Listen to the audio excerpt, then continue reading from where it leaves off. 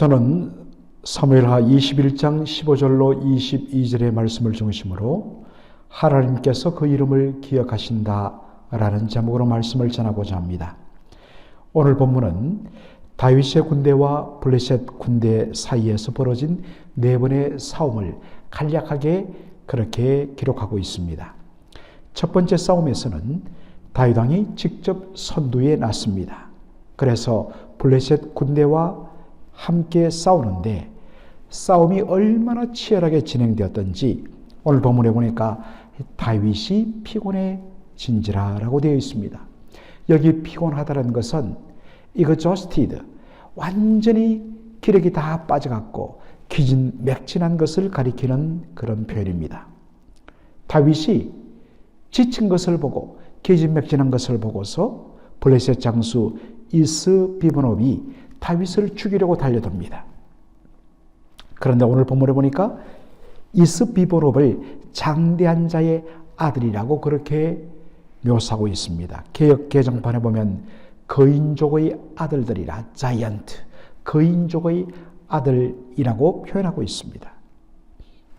자이언트, 거인 족속답게 그는 엄청난 무게의 창과 새 칼을 가지고 달려왔다라고 되어 있습니다. 여기 새 칼이란 말을 70인역, 곧 히브리어 구약 성경을 헬라어로 번역한 성경을 우리가 70인역이라고 이야기하는데 70인역에 보면 새 칼이라고 되어 있지 않고 영어로 하면 메이스, 즉 철퇴로 그렇게 기록하고 있습니다. 한 손에는 거대한 노창을 들고 다른 한 손에는 철퇴를 휘두르면서 중무장한 이 거인족 속 이스비보노비 다윗을 죽이기 위하여 달려듭니다. 위기 일발이었습니다. 바로 그 순간 꼼짝없이 다윗이 죽는 그 순간에 스루야의 아들 아비새, 요압의 동생 아비새가 대신 나서서 이스비보노비를 처단하고 다윗을 구원합니다. 그리고 나서 다윗의 부하들이 다윗에게 간청합니다. 왕은 이스라엘의 등불입니다.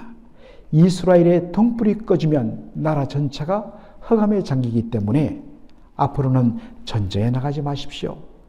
왕은 주의만 하시고 우리가 왕을 위하여 싸우겠습니다. 여러분 여기 보면 다윗의 부하들이 다윗을 뭐라고 생각했다고요? 다윗을 이스라엘의 등불이라. 이스라엘의 등불이 꺼지면 나라 전체가 흑암에 잠기게 됩니다. 그렇기 때문에 다윗의 생명과 왕위를 잘 보존해야 한다는 의미에서 이스라엘의 등불입니다 라고 말하는 것입니다. 참 저는 다윗의 부하들로부터 당신은 이스라엘의 등불입니다, 꺼져서는 안 됩니다 라는 말을 들은 것을 보면서 우리도 주변에 있는 다른 지체로부터 참 이런 말을 들으면 얼마나 복될까라고 생각해 봅니다. 당신은 우리 교회의 등불 같은 존재입니다.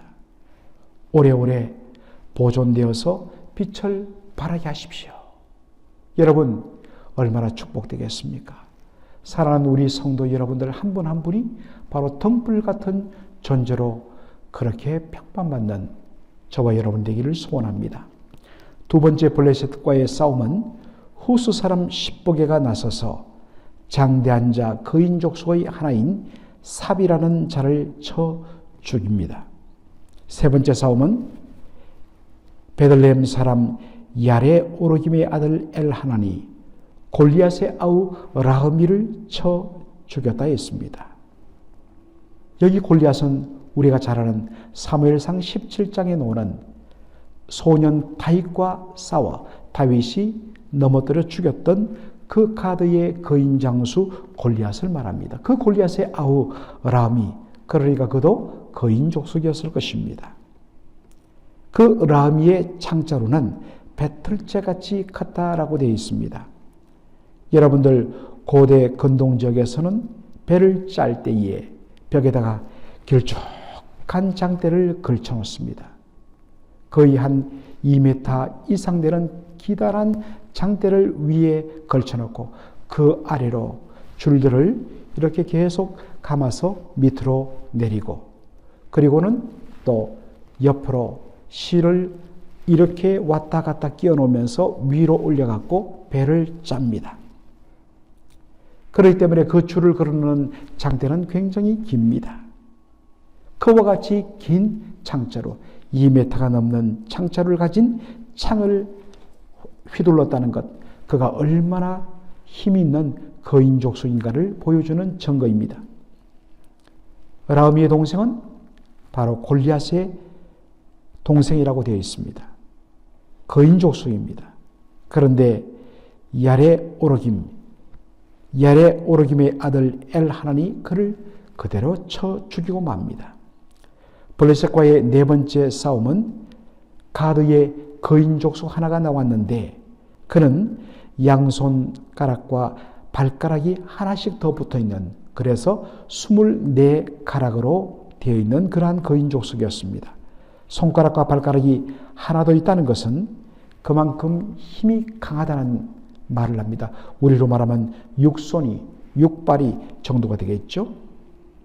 그런데 그가 와서 이스라엘 사람들을 능욕합니다. 이것을 들은 다윗의 형 삼마의 아들 요나단, 이 요나단을 사무엘하 13장에 보면 요나답이라고 되어 있습니다. 다윗의 형 삼마의 아들 요나단이 이 거인족속 24가락의 가락을 가진 이 거인족속을 쳐 죽입니다. 여러분, 오늘 본문은 짧게 싸움에 대해서만 간단하게 기록하는데 여기에 참 귀한 그런 교훈들이 들어있습니다. 먼저 다윗의 낸 용사가 패배시키고 죽인 블레셋 사람들의 공통점이 무엇입니까? 네 사람은 다 가드의 장대한 자의 소생이라고 사무엘하 21장 22절에서 말해주고 있습니다. 장대한 자란 것은 자이언트, 바로 거인의 자손을 뜻합니다. 인간적으로는 도무지 상대하기가 힘든 그런 강대한 자들입니다. 그러나 다윗의 용사들은 다윗 왕에 대한 충성과 그리고 하나님 나라에 대한, 이스라엘에 대한 헌신, 무엇보다 하나님의 영광에 대한 목마름으로 나가 싸웁니다. 사랑하는 성도 여러분, 거인족속이 나와서 누구를 능욕했습니까? 이스라엘 사람들을 능욕했지요. 여러분, 사무엘상 17장에 보면 가드의 거인 장수 골리앗이 나와서 이스라엘 군대를 조롱하며 모욕을 합니다. 이것을 들은 소년 다윗이 어떻게 반응합니까? 저 자가 누구건데, 저 할례 받지 못한 자가 누구건데 감히 살아계신 하나님의 군대를 모욕하느냐? 하나님의 군대, 하나님의 백성을 모독하는 것은 바로 하나님을 모독하는 일이라. 하나님의 영광에 대한 불타는 심정으로 그 어린 다윗이 거인장수 골리앗을 대적하는 모습을 보게 됩니다.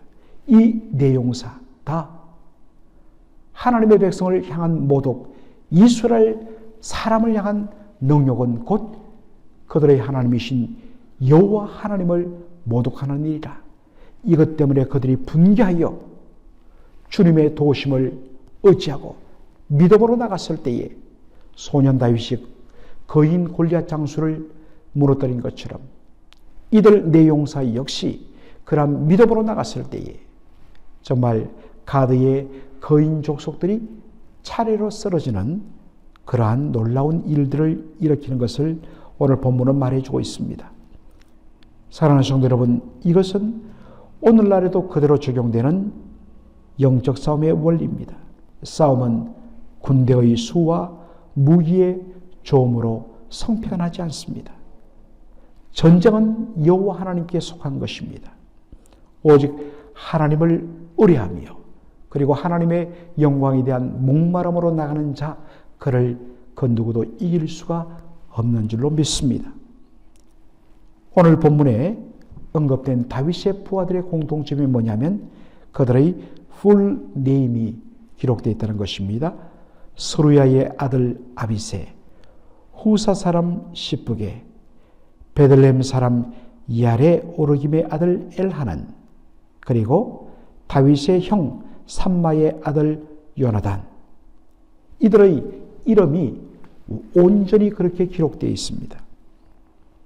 여러분, 이 내용사는 자신의 공로를 인정받기 위하여 큰 상급을 바라고 그렇게 싸움에 뛰어든 것이 아닙니다. 오직 다윗 왕과 그리고 하나님의 영광에 대한 목마름으로 그들이 싸웠습니다.